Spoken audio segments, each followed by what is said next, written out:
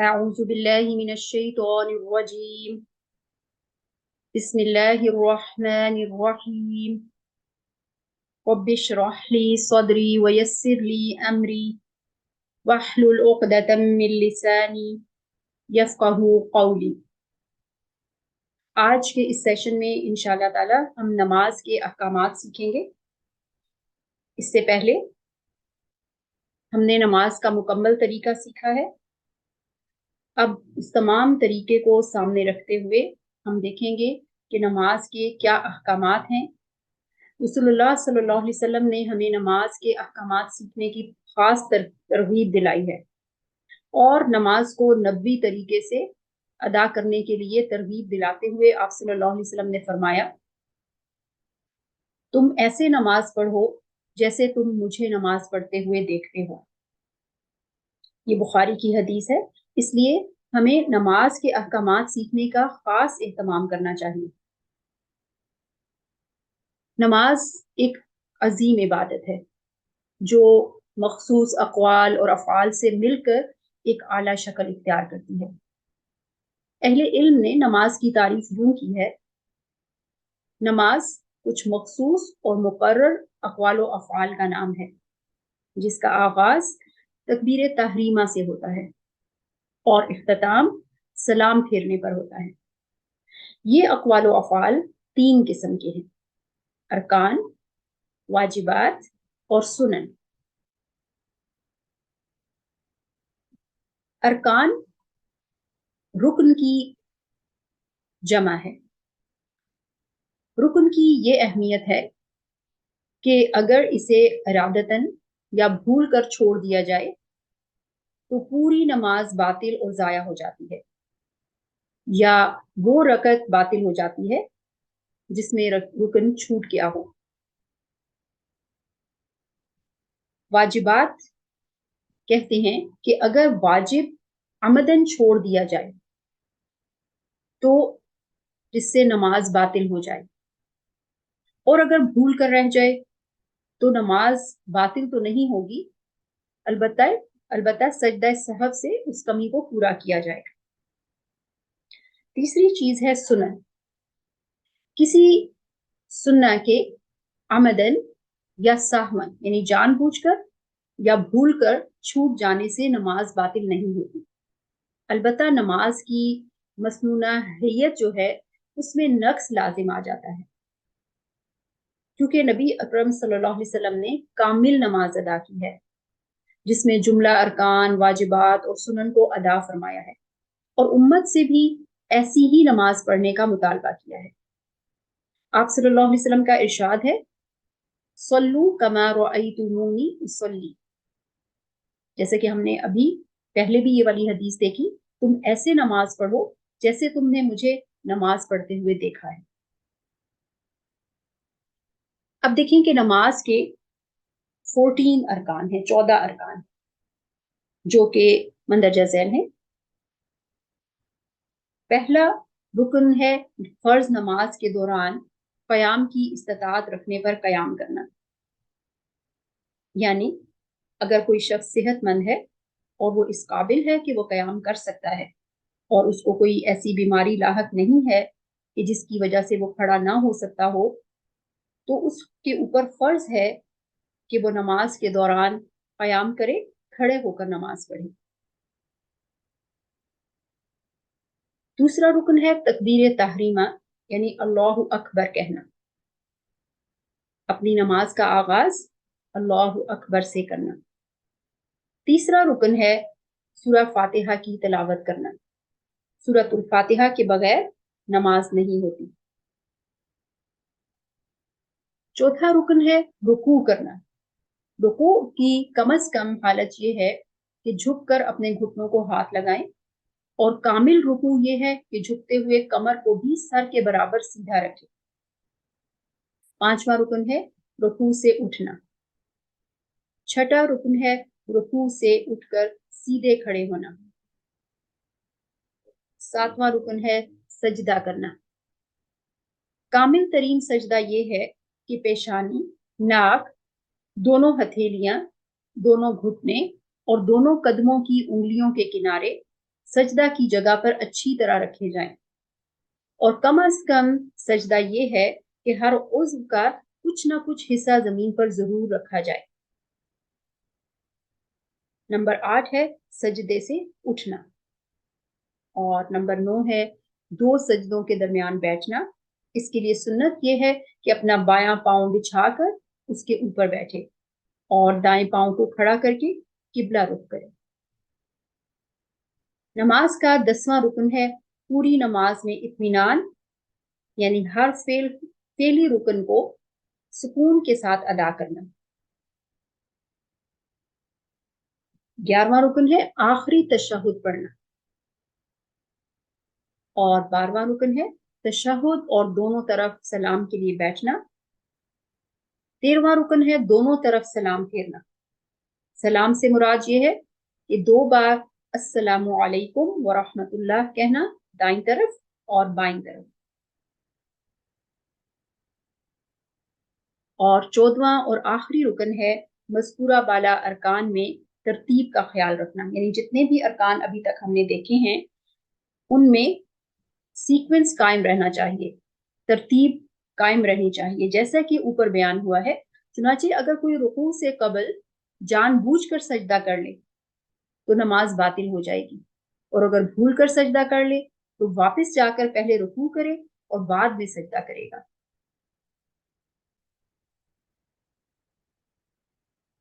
दूसरी अहम चीज जो नमाज के अंदर है अरकान के बाद वो हैं वाजिबात और नमाज के 8 वाजिबात हैं। तकबीर तहरीमा के अलावा दीगर तकबीरात कहना। तकबीर तहरीमा क्या होती है? ओपनिंग तकबीर, जिससे हम अपनी नमाज शुरू करते हैं अल्लाहु अकबर कह के। इसके बाद नमाज में जब भी हम अपना रुकन तब्दील करते हैं, अपनी पोजीशन चेंज करते हैं, तो हम अल्लाहु अकबर कहते हैं। तो वाजिबात में ये शामिल है कि जहां जहां पर आप सल्लल्लाहु अलैहि वसल्लम से मसनून है कि हमें तकबीर कहनी है, वहां तकबीर कही जाए, अल्लाहु अकबर कहकर दूसरे रुकन में जाया जाए।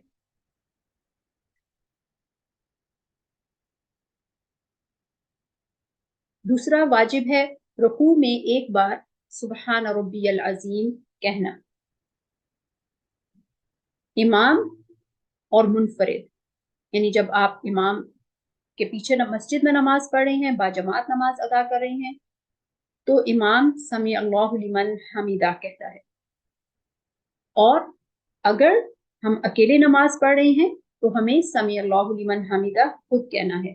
जब हम इमाम के पीछे पढ़ते हैं तो हमें समी अल्लाहु लिमन हमीदा नहीं कहना होगा, ये इमाम ने कहना है। अगला वाजिब है रब्बना वलकल हम्द कहना, यानी अगर हम जमात के साथ नमाज पढ़ रहे हैं तो इमाम समी अल्लाहु लिमन हमीदा कहेगा और हमने रब्बना वलकल हम्द कहना है। और जब हम अकेले नमाज पढ़ रहे हो तो हमें मुकम्मल अदा करना है समी अल्लाहु लिमन हमीदा रब्बना वलकल हम्द। अगला वाजिब है सजदा में एक बार सुबहान रब्बियल आला कहना। इसके बाद 2 सजदों के दरमियान रब्बिग़फिरली कहना। ये कम से कम अल्फाज हैं दुआ के। मुकम्मल दुआ हम अपनी पिछली वीडियोस में नमाज के जो तरीका था उसमें हम सीख चुके हैं, आप उनसे कंसल्ट कर सकते हैं और वो दुआ मुकम्मल तर्जुमे के साथ मौजूद है, उसको आप याद करके अपनी नमाज में शामिल कर सकते हैं इंशाल्लाह। पहला तशहुद बैठना, फिर पहला तशहुद पढ़ना, यानी अत्तहियातु लिल्लाहि वस्सलावातु वत्तय्यिबात, इसको बैठकर पढ़ा जाए, ये नमाज के वाजिबात में से है। तीसरी चीज है नमाज के अंदर नमाज की जबान से अदा होने वाली सुन्नतें, जो कि 11 हैं, जिनमें पहली सुन्नत तकबीर तहरीमा के बाद दुआए इस्तिफ्ताह पढ़ना है, जिसको हम उर्दू में सना कहते हैं। सुब्हानक अल्लाहुम्मा व बिहम्दिका व तबारक अस्मुका व तआला जद्दुका व ला इलाहा गैरुक। दुआए इस्तिफ्ताह रुकन नहीं है नमाज का, یہ آپ صلی اللہ علیہ وسلم کی سنت ہے۔ دوسری سنت ہے تعوذ پڑھنا، یعنی اعوذ باللہ من الشیطان الرجیم کہنا۔ تیسری سنت ہے بسم اللہ پڑھنا، اور چوتھی سنت ہے آمین کہنا۔ اس کے درمیان ہم نے سورۃ الفاتحہ پڑھی جو کہ نماز کا رکن ہے، اس کے بغیر نماز نہیں ہوتی۔ پانچویں سنت ہے سورہ فاتحہ کے بعد کوئی بھی سورت پڑھنا۔ چھٹی سنت ہے امام کا جہری نمازوں میں بلند آواز سے قرات کرنا، یعنی جہری نمازیں وہ ہوتی ہیں کہ جس میں امام اونچی آواز سے تلاوت کرتا ہے، اس میں امام کا بلند آواز سے تلاوت کرنا آپ صلی اللہ علیہ وسلم کی سنت ہے۔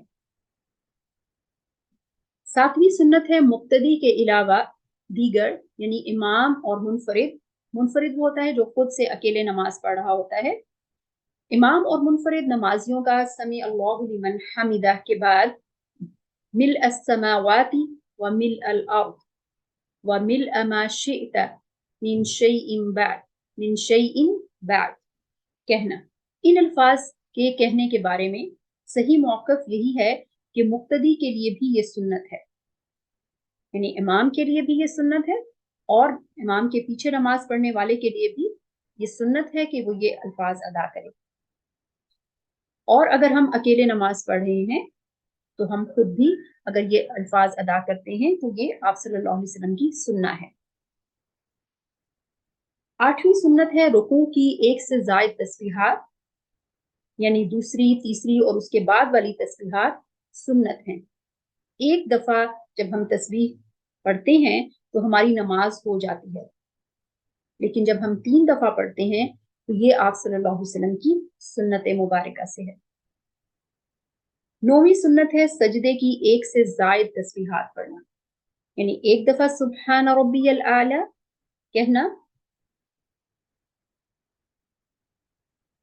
وہ کم از کم نماز کے لیے سجدے کے لیے ضروری ہے، اور اگر ہم اس کو ایک سے زائد دفعہ 3 دفعہ پڑھتے ہیں تو وہ آپ صلی اللہ علیہ وسلم کی سنت ہے۔ 10ویں سنت ہے 2 سجدوں کے درمیان ایک سے زائد بار رب اغفر لی پڑھنا۔ ہم کم از کم ایک دفعہ پڑھ سکتے ہیں اور اس سے زیادہ دفعہ پڑھنا آپ صلی اللہ علیہ وسلم کی سنت ہے۔ 11ویں سنت ہے آخری تشہد میں رسول اللہ صلی اللہ علیہ وسلم پر درود اور برکت کی دعا کرنا اور اس کے بعد دعا مانگنا۔ آپ صلی اللہ علیہ وسلم نے خاص طور پر قاعدہ یعنی تشہد کے لیے ہمیں دعائیں سکھائی ہیں، وہ تمام دعائیں پڑھنا جو آپ صلی اللہ علیہ وسلم سے ثابت ہیں، یہ تشہد میں آپ صلی اللہ علیہ وسلم کی سنت ہے۔ مالک بن حویرث رضی اللہ عنہ بیان فرماتے ہیں کہ رسول اللہ صلی اللہ علیہ وسلم اپنی نماز کی طاق پہلی اور تیسری رکعت کے بعد کھڑے ہونے سے قبل سیدھے بیٹھتے تھے۔ یہ بخاری کی حدیث ہے، اور آپ صلی اللہ علیہ وسلم کی سنت ہے کہ دوسری رکعت میں جانے سے پہلے اور تیسری رکعت کے لیے کھڑا ہونے سے پہلے تھوڑی دیر کے لیے بیٹھا جائے، جو کہ جلسہ کی کیفیت میں جیسے ہم بیٹھتے ہیں۔ اس سے اگلی سنت ہے اٹھتے وقت دونوں ہاتھوں کا سہارا لینا۔ مالک بن حویرث رضی اللہ عنہ بیان فرماتے ہیں کہ رسول اللہ صلی اللہ علیہ وسلم جب دوسرے سجدے سے اٹھتے تو پہلے بیٹھتے، پھر اٹھتے وقت دونوں ہاتھ زمین پر ٹیک کر اٹھتے، یعنی جب آپ اٹھیں تو اپنے ہاتھوں کا سہارا لے کر اٹھیں۔ یہ آپ صلی اللہ علیہ وسلم کی سنت مبارکہ ہے اور یہ بخاری کی حدیث میں نقل کی گئی ہے۔ چوتھی چیز ہے نماز میں فعلی سنتیں، یعنی ہم وہ سنتیں جو ہم اپنے جسم سے ادا کرتے ہیں، جن کو ہم کیفیات بھی کہہ سکتے ہیں۔ پہلی فعلی سنت ہے تکبیر تحریمہ کے ساتھ رفع الیدین کرنا، یعنی اپنے ہاتھوں کو کندھوں تک اٹھانا۔ दूसरी फेली सुन्नत है रुकू में जाते हुए रफुल यदैन करना, यानी दोबारा जब आप रुकू में जा रहे हो अल्लाहु अकबर कहें तो दोबारा अपने हाथों को कंधों तक उठाएं और फिर अल्लाहु अकबर कहते हुए अपनी पोजीशन चेंज करें। तीसरी फेली सुन्नत है रुकू से उठते वक्त रफुल यदैन करना। चौथी फेली सुन्नत है रफुल यदैन करने के बाद दोनों हाथों को छोड़ना, यानी अपने हाथों को नीचे लेकर जाना। पांचवी फेली सुन्नत है दाएं हाथ को बाएं हाथ के ऊपर रखना, यानी जब आप क़याम में होते हैं और सुब्हानकल्लाहुम्मा या सूरतुल फातिहा पढ़ते हैं या कोई सूरत पढ़ते हैं तो क़याम की पोजीशन में हमें अपने दाएं हाथ को बाएं हाथ के ऊपर रखना है। छठी फेली सुन्नत है अपनी नजरें सजदा की जगह पे रखना। और सातवीं है क़याम की हालत में दोनों कदमों के दरमियान मुनासिब फासला रखना, यानी जब हम क़याम की हालत में होते हैं तो हमें दोनों कदमों को जोड़ना नहीं चाहिए, उनके दरमियान मुनासिब फासला रखना चाहिए। आठवीं सुन्नत है रुकू की हालत में हाथों की उंगलियां खोलकर घुटने को पकड़ना और कमर को सीधा करते हुए सर को कमर के बराबर रखना। नौवीं सुन्नत है आज़ाए सजदा को बराह रास्त जमीन पर लगाना और सजदा की जगह को छूना। घुटनों को बराह रास्त जमीन पर लगाना मकरूह है। बराह रास्त लगाने से मुराद ये है कि दरमियान में कपड़ा भी हाइल ना हो। ये मर्दों के लिए हुक्म है कि जब वो नमाज अदा करें तो उनके घुटने कवर होने चाहिए। अगली सुन्नत है सजदा की हालत में बाजुओं को पहलुओं से, पेट को रान से, रान को पिंडलियों से और दोनों घुटनों में फासला रखना। दोनों कदमों को खड़ा रखना। दोनों कदमों की उंगलियों के दरमियानी हिस्से को अंदरूनी हिस्से को जमीन पर लगाना और दोनों हाथों को कंधों के बराबर उंगलियां मिलाकर रखना। ये सब आप सल्लल्लाहु अलैहि वसल्लम की प्रैक्टिकल सुन्ना है नमाज के अंदर, जिनको हम फेली सुन्नतें कहते हैं और नमाज की कैफियत हैं जिनको हमें आप सल्लल्लाहु अलैहि वसल्लम की सुन्नत मुबारका के मुताबिक अदा करना चाहिए। 11वीं सुन्नत है दोनों सजदों के दरमियान और पहले तशहुद में बायां पांव बिछाकर उसके ऊपर बैठना और दूसरे तशहुद में बायां पांव दाएं पांव के नीचे से आगे निकाल कर बैठना। ये हुक्म मर्दों के लिए भी है और औरतों के लिए भी। 12वीं सुन्नत है दो सजदों के दरमियान बैठते हुए अपनी हथेलियों को रान पर उंगलियां मिलाकर रखना। इसी तरह तशहुद में भी, जबकि तशहुद में दाएं हाथ की चिंगली और चौथी उंगली को बंद करके दरमियानी उंगली और अंगूठे के जरिए हल्का बनाएं और शहादत वाली उंगली से जिक्र इलाही के वक्त इशारा करें और हरकत दें। ये सारे अहकाम हम पिछली अपनी नशिस्तों में, पिछले सेशंस में हम सीख चुके हैं। तो अगर आपको कोई भी कंफ्यूजन हो तो आप इससे पहले वाली जो सेशंस हैं उनको जरूर देखिए। इंशाल्लाह ताला हर चीज आपके सामने क्लियर हो जाएगी और आपको पता चल जाएगा कि नमाज के अरकान, नमाज की सुन्नतें और नमाज के वाजिबात क्या हैं। 13वीं फेली सुन्नत है सलाम फेरते हुए दाएं बाएं मुंह फेरना। अब देखिए कि बाज अशिया में फुकाहाए कराम के यहाँ इख्तलाफ भी पाया जा सकता है। चुनाचे बसा औकात किसी के यहाँ कोई अमल वाजिब है तो दीगर फुकाहाए कराम के यहाँ वो अमल मसनून भी हो सकता है। इन तमाम बातों की तफसीलात फिक़ही किताबों में मौजूद हैं। जो इनकी तफसीलात जानना चाहता है वो फिक़ही किताबों के जरिए से इनकी तमाम तफसीलात मालूम कर सकता है। मैंने आपके सामने आप सल्लल्लाहु अलैहि वसल्लम की सुन्नत मुबारका के मुताबिक तमाम अहकाम रखे हैं और इन अहकाम को आपके सामने रखने का मकसद ये है कि हमें पता होना चाहिए कि नमाज में क्या चीजें अरकान का दर्जा रखती हैं, कौन सी कैफियत सुन्नत का दर्जा रखती हैं, कौन सी अरकान वाजिबात का दर्जा रखते हैं, ताकि हम उसके मुताबिक अपनी नमाज को अदा करें। اور اگر ہم سے کوئی غلطی ہو تو اس کے مطابق یا تو ہمیں نماز کو دہرانا ہے اور یا پھر اس رکن کو دہراتے ہوئے سجدہ سہو کرنا ہے۔ اللہ تعالیٰ ہمیں توفیق عطا فرمائے کہ ہماری نماز میں جو بھی ہم غلطی کوئی بھی کر رہے ہیں تو اس کی اصلاح کر سکیں اور آپ صلی اللہ علیہ وسلم کے طریقے کو مکمل طور پر سیکھ سکیں اور اس کے احکامات کو جان سکیں، تاکہ ہمارا تعلق اللہ تعالیٰ سے اور بھی زیادہ مضبوط ہو جائے اور ہماری نمازوں کی اصلاح ہو سکے۔ وآخر دعوانا ان الحمد للہ رب العالمین۔